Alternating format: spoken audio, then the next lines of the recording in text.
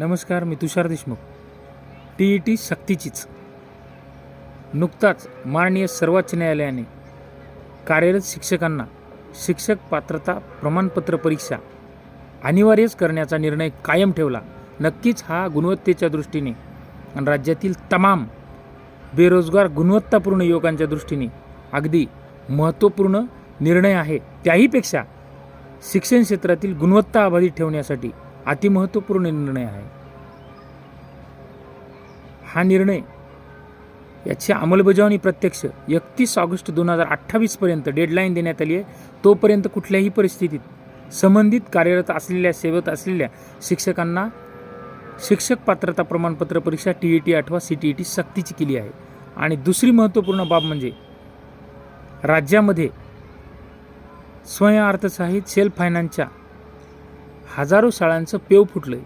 या माध्यमातून अपात्र शिक्षकांकडून मोठ्या प्रमाणावर पालकांची आर्थिक लूट करून आणि अपात्र शिक्षकांच्या नेमणुकीच्या माध्यमातून त्यांना अध्यापन होत आहे.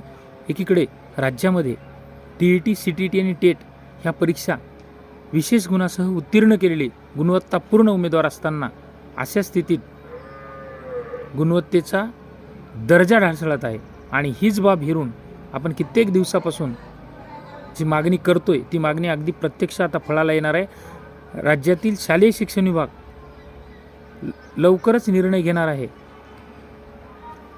सर्व स्वयंअर्थसहाय्यित खाजगी इंग्रजी शाळांमधील शिक्षकांना सुद्धा TET, CTET पात्रता परीक्षा सक्तीची होणार आहे. यामुळे नक्कीच राज्यातील शिक्षणाचा दर्जा सुधारणार आणि जे केवळ देशांमध्ये 24,26,000 आणि राज्यामध्ये 5,24,000 एकंदरीत सरासरी टक्केवारींमध्ये काढायचे गेले तर केवळ 10% शिक्षक हे पात्र आहेत आणि 90% शिक्षक हे अपात्र आहेत.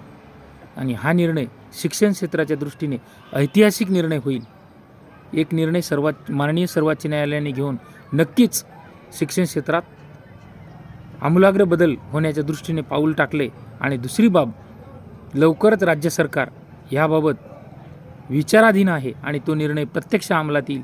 त्यास आपण युवा विद्यार्थी असोसिएशन याच्या माध्यमातून पाठपुरावा लावूनच धरणार आहोत. आणि तो निर्णय सर्व शाळांमध्ये खाजगी, स्वयंअर्थसहाय्यित, अनुदानित, विनाअनुदानित या सर्व शाळांवरती जिथे शाळा तिथे TET, CTET पात्र उमेदवार सक्तीचा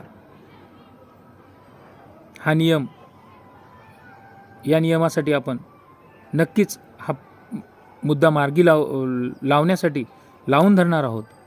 आणि त्या माध्यमातून खऱ्या गुणवत्तापूर्ण उमेदवारांना तर न्याय मिळेलच, परंतु राज्यातील लाखो विद्यार्थ्यांना परिपूर्ण आणि गुणवत्तापूर्ण शिक्षण मिळेल आणि महाराष्ट्राची 7व्या क्रमांकावर गेलेली शिक्षण व्यवस्था पुन्हा उभारी घेईल हा आशावाद ठेवूया. धन्यवाद.